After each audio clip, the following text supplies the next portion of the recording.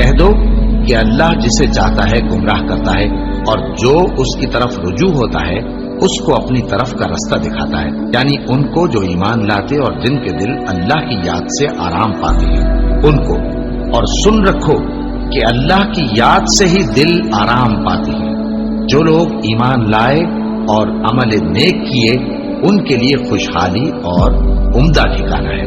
اور اگر شیطان کی طرف سے تمہارے دل میں کسی طرح کا وسوسہ پیدا ہو تو اللہ سے پناہ مانگو، بے شک وہ سننے والا ہے، سب کچھ جاننے والا ہے۔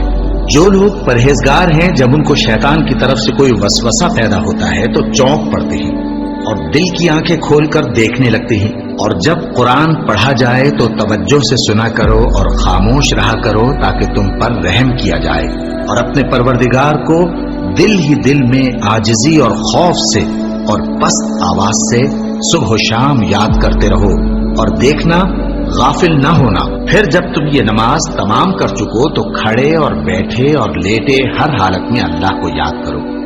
پھر جب تم مطمئن ہو جاؤ تو پورے آداب کے ساتھ نماز پڑھو۔ بے شک نماز کا مومنوں پر اوقات مقررہ میں ادا کرنا فرض ہے۔ مسلمانوں، نجات نہ تو تمہاری آرزوؤں پر ہے اور نہ اہل کتاب کی آرزوؤں پر۔ جو شخص برائی کرے گا اسے اسی طرح کا بدلہ دیا جائے گا، اور وہ اللہ کے سوا نہ کسی کو حمایتی پائے گا اور نہ مددگار۔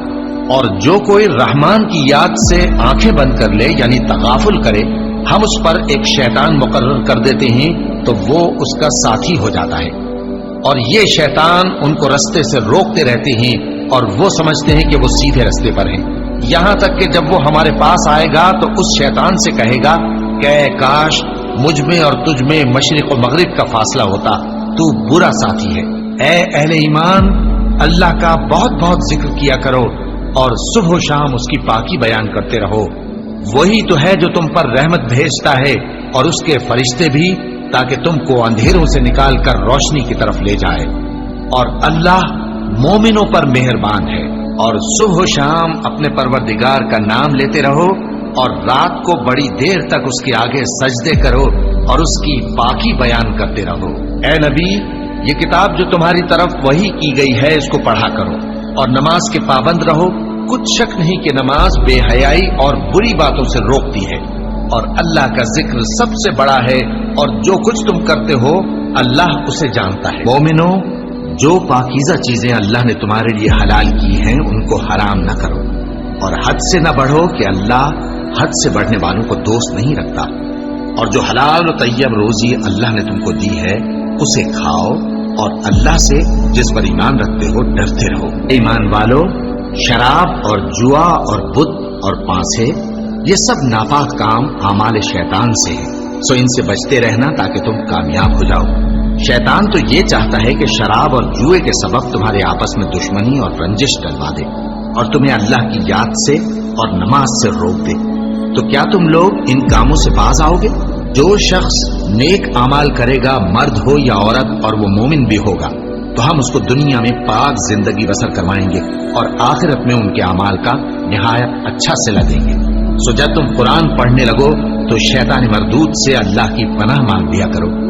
حقیقت یہ ہے کہ جو مومن ہیں اور اپنے پروردگار پر بھروسہ رکھتے ہیں ان پر اس کا کچھ زور نہیں چلتا، اس کا زور انہی لوگوں پر چلتا ہے جو اس کو رفیق بناتے ہیں اور اس کے وسوسے کے سبب اللہ کے ساتھ شریک مقرر کرتے ہیں۔ سو تم مجھے یاد کیا کرو، میں تمہیں یاد کیا کروں گا، اور میرا احسان مانتے رہنا اور میری ناشکری نہ کرنا۔ اے ایمان والو، صبر اور نماز سے مدد لیا کرو، بے شک اللہ صبر کرنے والوں کے ساتھ ہے۔ اے اطمینان والی جان، اپنے پروردگار کی طرف لوٹ چل، تو اس سے راضی وہ تجھ سے راضی، سو تو میرے خاص بندوں میں شامل ہو جا اور میری بہشت میں داخل ہو جا۔